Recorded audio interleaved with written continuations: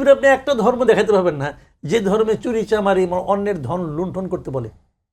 সবাই যদি ধার্মিক হয়ে যেত তাহলে দুনিয়াটা শান্তি দুনিয়া হইতো। হয় বাদ দেন অন্য ধর্ম, ইসলাম ধর্ম সবাই যদি কোরআনটা ঠিক মতো মেনে চলতো তাহলে তো আর কিছুই লাগে না রে ভাই। মানে না তো এইগুলো হলো ধরেন কি, এগুলি বইয়ের কথা। উনি বলতেছেন দূরে আছেন, দূরে বসে বসে জাতিকে জ্ঞান দিচ্ছেন, ঠিক আছে, এটা হতেই পারে।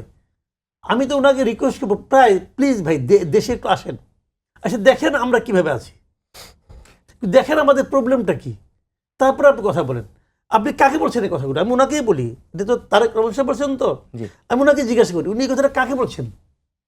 ওনার দলের নেতাকর্মীদের বলছেন যারা সারা দেশে হাজার হাজার মামলার বাদী, উনি কি তাদেরকে বলছেন?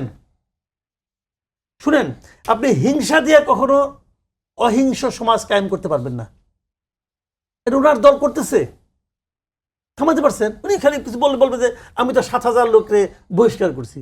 এতে যখন কাজ হয় নাই তখন বুঝেন এইটা তাহলে সিস্টেম না, তাহলে এই সিস্টেমের সমস্যার সমাধান হবে না।